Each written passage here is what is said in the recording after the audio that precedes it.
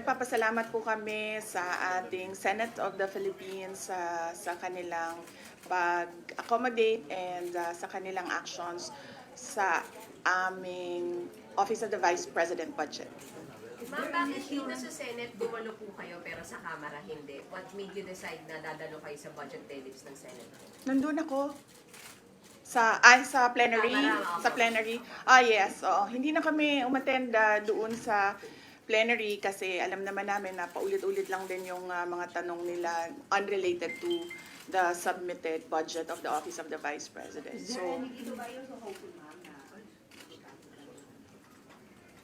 of course, lahat ng personnel ng Office of the Vice President are hopeful na madagdagan yung budget dahil yun nga, na-explain naman kanina sa statement ni Senator Bongo na gusto naman din talaga magtrabaho ng lahat.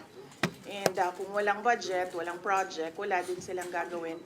At meron ding mga personnel na mawawalan ng trabaho kapag tinanggal yung budget para sa kanilang sweldo. Malaking bagay ba na nabalik, ma'am?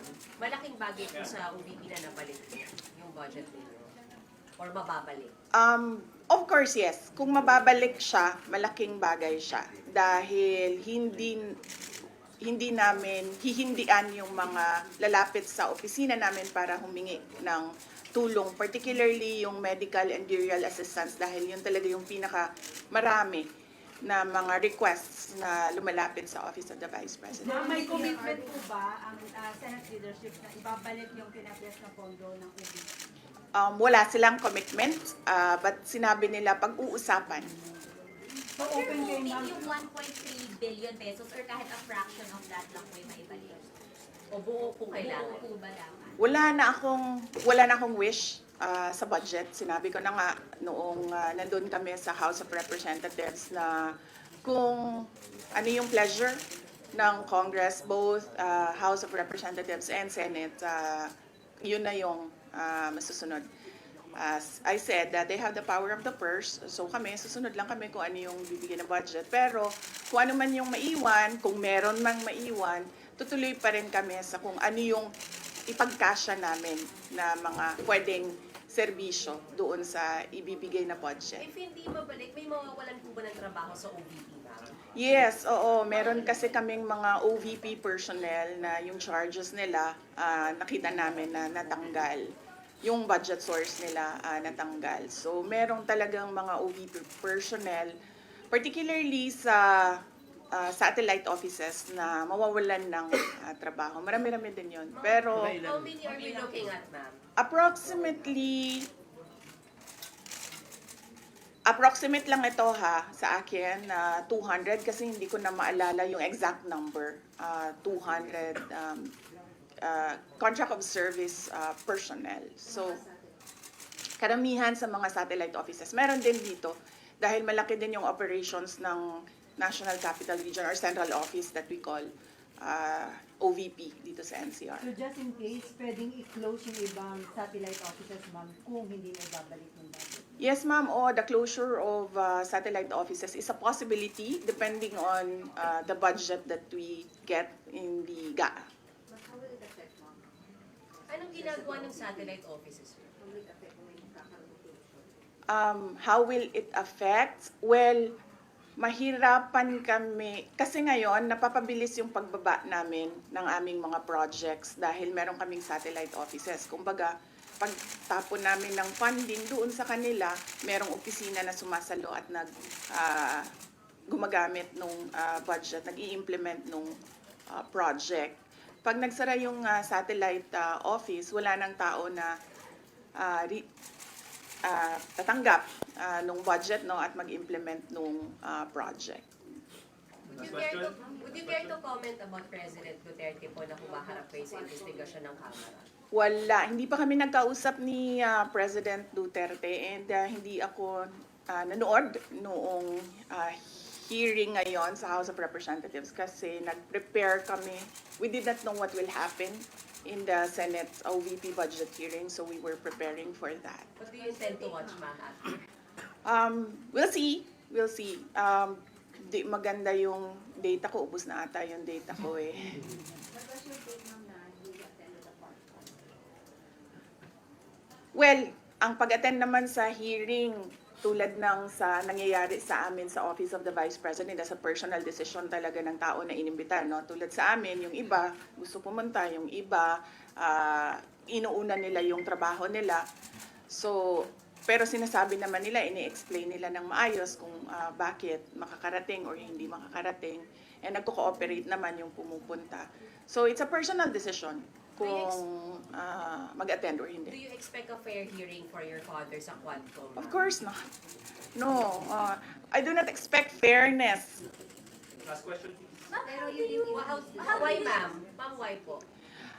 Because it's clearly a political persecution.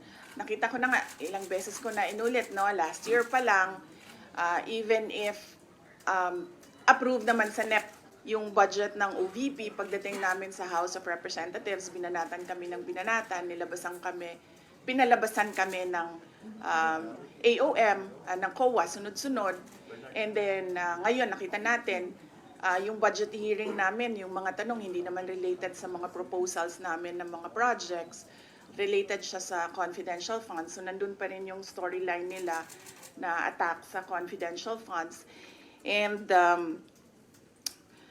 so yun nga, nakita naman natin na pag slash ng budget ng Office of the Vice President. At hindi lang yan, madaming naaapektuhan at madami ang mga tao na nakapalibot sa amin na hinaharas, pinapahirapan, mga ganon. But then again, sa akin, I'm a politician. That is okay with me.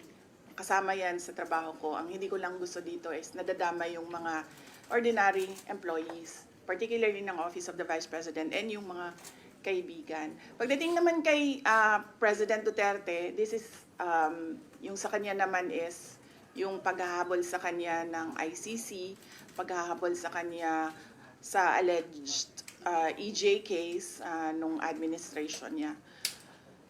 Bakit? Well, one would think siguro kapag hinahabol ka, meron silang gusto na mawala sa iyo. Do you worry about that? Considering his age, do you worry about the former president?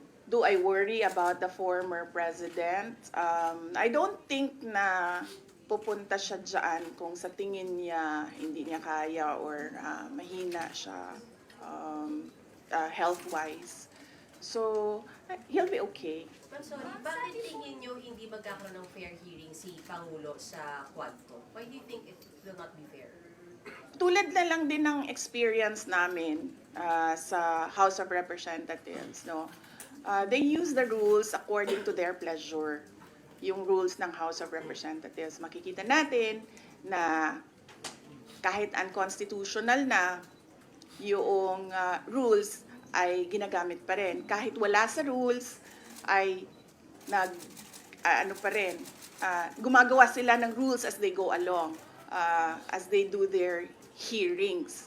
In fact, the very reason kung bakit hindi ako nag-oath noong first time ako umattend ng kanilang hearing, because their rules do not require an oath for a resource person. Clear doon sa rules nila. Nakalagay doon, witnesses lang ang nag-o-oath. Pagkalagay naman nila sa akin doon, resource person. So, makikita mo, ako, kasi ako wala namang mawawala sa akin. So, I can stand my ground and say na no, hindi ako mag-oath. Pero yung mga maliliit na tao, na ordinary employees na tinatakot, pinapahiya, syempre, they cannot say, oh, no, I will not take my oath because hindi naman required ng rules yan. Wala nang rules doon, kung makikita ninyo. Wala nang rules doon sa House of Representatives. In fact, Last question, can you wrap up your question? Ma'am, Yes. sabi po ni former President Duterte sa House, dapat nga daw po madaliin na or hurry up dun sa ICC. How should we interpret that? exactly as it is. Gusto niya na siguro na ipagsabay na yung investigation ng Quadcom sa EJK and ng ICC sa EJK para siguro magawa na at matapos na. But does that mean kinikilala niya na yung jurisdiction ng ICC? Well, that I do not know. That is a question that has to be answered by the lawyer of former president. Ma'am, did you miss try to Thank you. discourage him Ma'am. from attending? Ma'am, isa lang. Yes. Final na po ba hindi kayo pupunta talaga sa hearing ng House? Hindi na nila ako iniimbita. The last time na inimbita nila ako was yung first. Hindi nga ata ako inimbita eh. Inimbita ba ako nung first? Parang hindi, no? Pero pag inimbita Nung kayo first ba? lang, the very first hearing na imbita ako. And then after nun, I've not received invitations from the Good Governance Committee. But if they invite you, ma'am? Well, depende. Kung ano na naman yung mga tanong nila. We've been asking them kung ano ba talaga yung legislation na kinakraft nila. And hanggang ngayon, wala naman silang sinasabi kung ano yung legislation in aid of legislation nila dyan. Okay, yes. Last. Ma'am, you have mentioned First Lady Lisa Marcos now in your previous press conference, I think twice or thrice.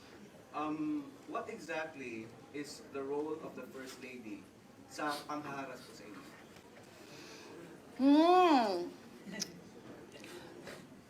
Pwedeng, sabi ni JC, sit down daw.